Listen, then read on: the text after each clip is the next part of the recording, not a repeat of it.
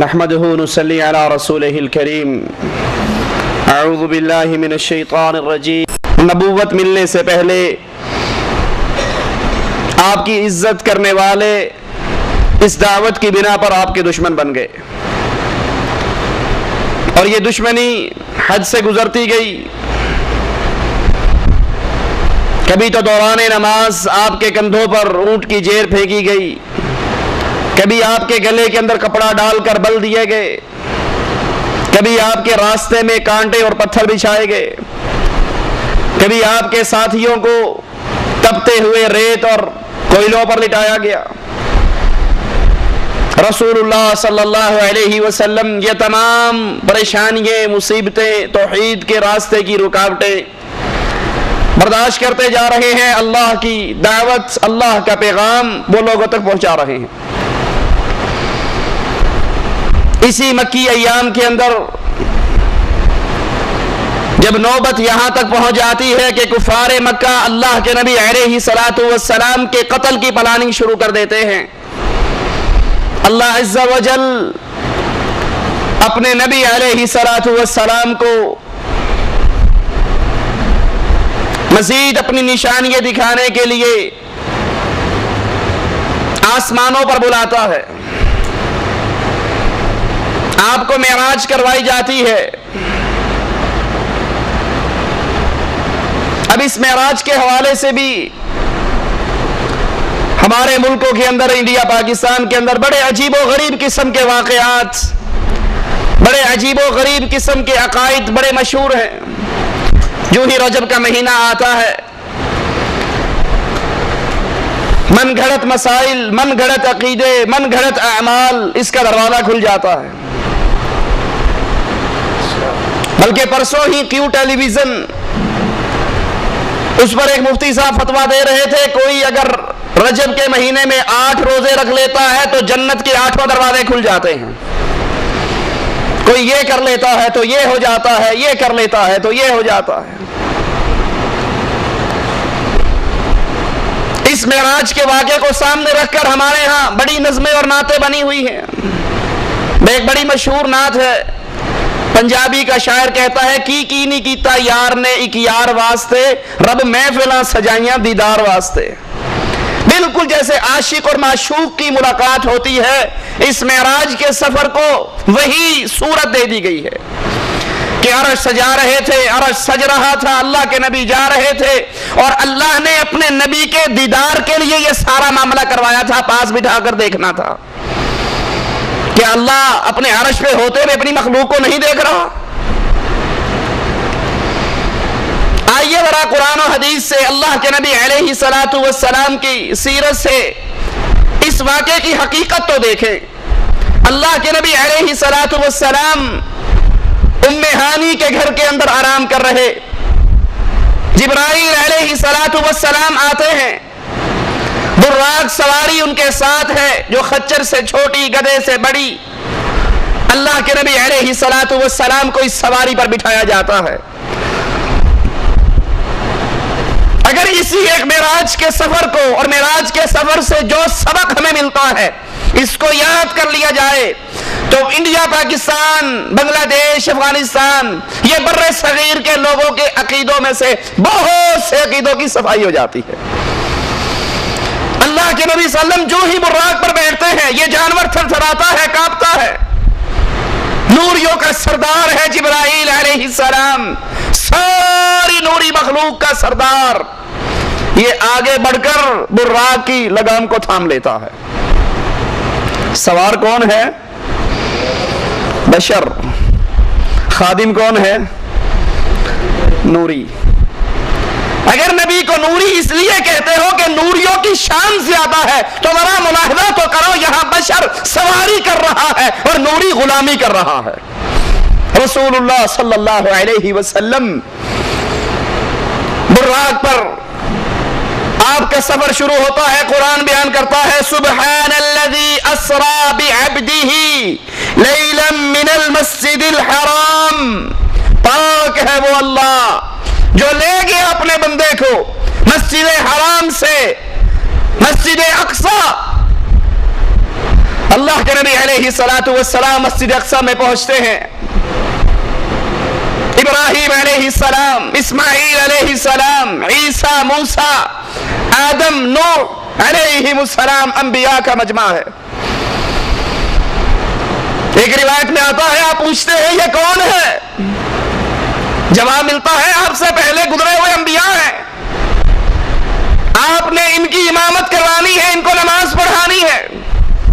اب سوچئے، غور کیجئے، آدم موجود ہے، نوح موجود ہے، ابراہیم موجود ہے، اسماعیل موجود ہے، یعقوب موجود ہے، یوسف موجود ہے، ادریس موجود، یہ انبیاء کا مجمع موجود ہے. لیکن جب محمد الرسول اللہ موجود ہو تو کسی اور کو جرت نہیں ہوتی وہ مصلی پہ کھڑا ہو جائے. سارے انبیاء کی جماعت رسول اللہ صلی اللہ علیہ وسلم نے کروائی تاکہ یہ دنیا یاد کر لے یہ نبی صرف آنے والوں کا امام نہیں، جانے والوں کا بھی امام ہے. یہ امتیوں کا ہی امام نہیں، یہ انبیاء کا بھی امام ہے. امام الانبیاء محمد الرسول اللہ صلی اللہ علیہ وسلم. آپ سے بڑا امام کوئی اور ہے؟ امام اعظم ہے، قائد اعظم ہے، رہبر اعظم ہے، رہنما اعظم ہے محمد الرسول اللہ صلی اللہ علیہ وسلم. اللہ کے نبی صلی اللہ علیہ وسلم سے امام اعظم کا لقب چھین کر ہم نے اپنے مولویوں کو دے رکھا ہے، ہمارا امام اعظم فلاں ہے، ہمارا امام اعظم فلاں ہے. حالانکہ امام اعظم سب سے بڑے امام، جو نبیوں کے بھی امام، امتیوں کے بھی امام، وہ صرف محمد رسول اللہ صلی اللہ علیہ وسلم. آپ جماعت کرواتے ہیں، آسمان کی طرف سفر شروع ہوتا ہے. پہلے آسمان پر پہنچتے ہیں، پہلے آسمان کا دربان جبرائیل علیہ السلام سے پوچھتا ہے آپ کے ساتھ کون ہے؟ جواب ملتا ہے محمد الرسول اللہ ہے صلی اللہ علیہ وسلم. پہلے آسمان پر پہنچے،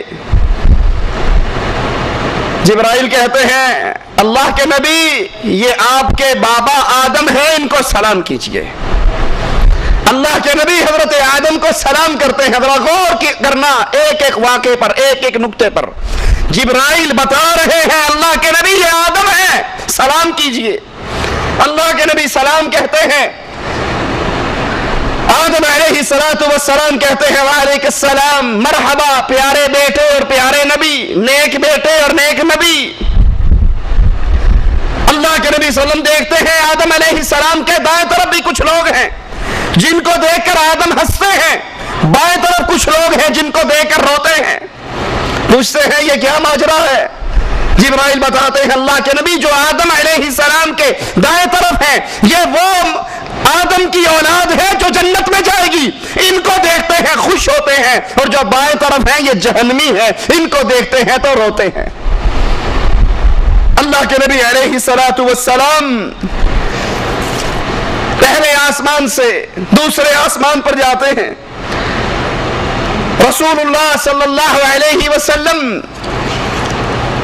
جبرائیل ساتھ ہے. آسمان کا فرشتہ سوال کرتا ہے، جبرائیل سے پوچھتا ہے آپ کے ساتھ کون ہے؟ وہی جواب ملتا ہے کہ محمد الرسول اللہ صلی اللہ علیہ وسلم میرے ساتھ ہے. اللہ کے نبی علیہ السلام دوسرے آسمان پر پہنچتے ہیں. حضرت عیسیٰ اور حضرت یحییٰ، ان دونوں نبیوں سے اللہ کے نبی علیہ السلام کی ملاقات دوسرے آسمان پر ہوتی ہے. عیسیٰ علیہ السلام درمیانہ قد، سرخ و سفید رنگ، بال آپ کے کھڑے ایسے جیسے ابھی نہا کر آئے ہیں. آپ ان کو سلام کہتے ہیں، یہ آپ کا سلام کا جواب دیتے ہیں مرحبا صالح نبی، صالح بھائی. رسول اللہ صلی اللہ علیہ وسلم تیسرے آسمان پر پہنچتے ہیں.